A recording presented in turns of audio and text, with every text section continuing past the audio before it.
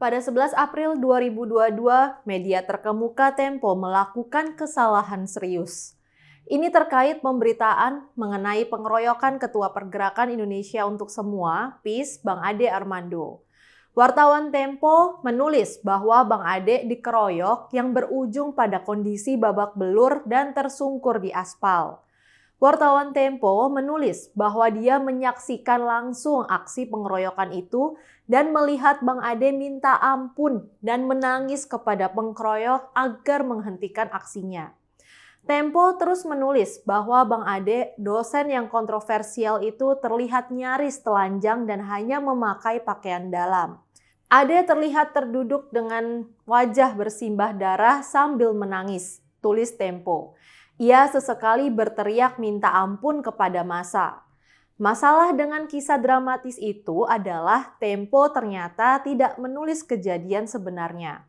Bang Ade memang dikeroyok, bersimbah darah, tapi tidak pernah menangis dan berteriak minta ampun. Tim pengawas Ombudsman Tempo telah memeriksa kesalahan tersebut serta mengeluarkan pernyataan pendapat dan rekomendasi yang langsung ditindaklanjuti oleh redaksi.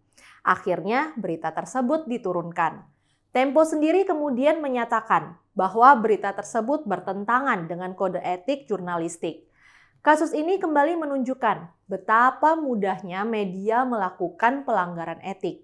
Kasus yang baru disebut dilakukan oleh di sebuah media yang memiliki reputasi tinggi. Pelanggarannya pun sangat mendasar. Si wartawan secara berani menulis bahwa dia melihat secara langsung, tapi apa yang diberitakannya sama sekali tidak akurat. Kalau Tempo saja bisa begitu ceroboh, apalagi media lain. Dan itulah masalah media kita saat ini. Data sendiri menunjukkan jumlah pelanggaran kode etik jurnalistik di Indonesia terus meningkat. Bila pada 2019 terdapat 608 kasus pengaduan ke Dewan Pers, pada 2021 angka itu naik menjadi 747.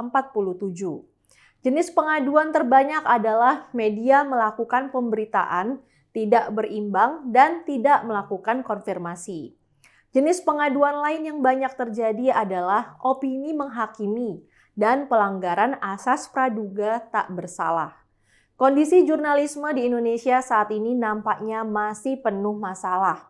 Media lebih mendahulukan sensasionalisme ketimbang berita yang mencerdaskan. Sejumlah media juga masih kerap menyebarkan berita bercampur hoax. Juga berita-berita yang tidak terkait dengan kepentingan publik. Maka banyak orang yang menilai media massa kita seolah-olah diisi dengan informasi yang bernilai sampah.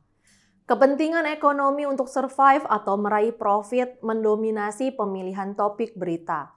Cara pengemasan berita juga terkesan seenaknya. Itulah tantangan berat yang harus dihadapi pengurus baru Dewan Pers yang dilantik minggu lalu. Dewan Pers periode 2002 sampai 2025 kini diketuai Profesor Asyumardi Azra. Asyumardi adalah mantan Rektor Universitas Islam Negeri Jakarta. Ia seorang cendekiawan terkemuka, ilmuwan, dan peneliti yang serius. Asyumardi mengatakan, ia berkomitmen untuk meningkatkan kualitas pers di Indonesia. Caranya antara lain dengan mendorong peningkatan kesejahteraan jurnalis. Banyak jurnalis yang kerap dipaksa pensiun dini tanpa mendapat jaminan kesejahteraan. Dewan Pers juga akan mengupayakan kenaikan upah bagi jurnalis. Lembaga pers dan perusahaan media akan didesak agar membuat karyawannya lebih sejahtera. Yang lebih penting, Asyumardi bertekad ingin meningkatkan kualitas jurnalis Indonesia. Faktanya saat ini banyak jurnalis yang belum profesional. Mereka bekerja dan menulis berita tanpa kompetensi yang memadai. Mereka mengaku jurnalis, tetapi tidak bisa membedakan fakta dan opini. Fakta dan opini dicampur aduk dan lalu itu diklaim sebagai karya jurnalistik. Jurnalis juga sering tidak melakukan cover both sides. Maka dampaknya masyarakat disuguhi berita-berita yang tidak berimbang dan sepihak. Lebih berbahaya lagi, jurnalis menjadi alat kepentingan pihak tertentu. Hal ini bisa terjadi karena mereka tidak paham apa itu kode etik jurnalistik. Atau kalaupun paham, mereka sengaja tidak mematuhinya. Akibatnya hal itu tercermin pada kualitas berita yang amburadul. Jutaan masyarakat yang mengkonsumsi berita itu pun menjadi korban. Maka tak bisa tidak, Dewan Pers di bawah pengurusan baru harus menjalankan agenda penting, yaitu meningkatkan profesionalisme jurnalis. Salah satu caranya adalah dengan melakukan sertifikasi kompetensi jurnalis di seluruh Indonesia. Ini kerja besar karena harus dilakukan secara simultan di 34 provinsi. Kerja besar itu tak cukup dikerjakan oleh Dewan Pers sendirian. Dewan Pers harus melibatkan 18 lembaga uji kompetensi wartawan yang sudah ada. Sejumlah lembaga uji telah mendapat izin dari Dewan Pers saat ini. Mereka antara lain Aliansi Jurnalis Independen, Persatuan Wartawan Indonesia, dan Ikatan Jurnalis Televisi Indonesia. Juga Lembaga Pendidikan Pers Dr. Sutomo dan beberapa perguruan tinggi di Indonesia. Pada 2021, Dewan Pers menargetkan mampu memberikan sertifikasi kepada 1.700 wartawan. Sertifikasi kompetensi seharusnya bukanlah sekedar formalitas. Sertifikasi kompetensi jurnalis merupakan hal penting yang harus dilalui jurnalis. Ini bentuk legitimasi kecakapan, peningkatan kualitas, serta profesionalitas jurnalis. Sertifikasi berperan penting dalam pembentukan wartawan profesional.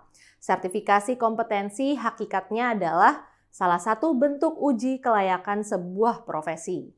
Ini juga diperlakukan di berbagai jenis profesi lain seperti dokter, notaris, pengacara, insinyur, guru, dan dosen. Setiap jurnalis Indonesia perlu memiliki sertifikasi kompetensi. Artinya, dia lulus uji kompetensi dan menjadi jurnalis yang profesional. Sertifikasi kompetensi menjadi acuan sistem evaluasi kinerja jurnalis oleh perusahaan pers. Sertifikasi berarti ikut menegakkan kemerdekaan pers berdasarkan kepentingan publik. Juga untuk menjaga martabat kewartawanan sebagai profesi penghasil karya intelektual. Bila saja Tempo memiliki wartawan yang memiliki kompetensi yang benar, hampir pasti cacat pemberitaan tentang pengeroyokan tersebut akan bisa dihindari. Mari kita dukung peningkatan kualitas dan profesionalisme jurnalis. Semua itu untuk kepentingan publik, untuk kepentingan kita semua. Saya, Rizka Putri, undur diri.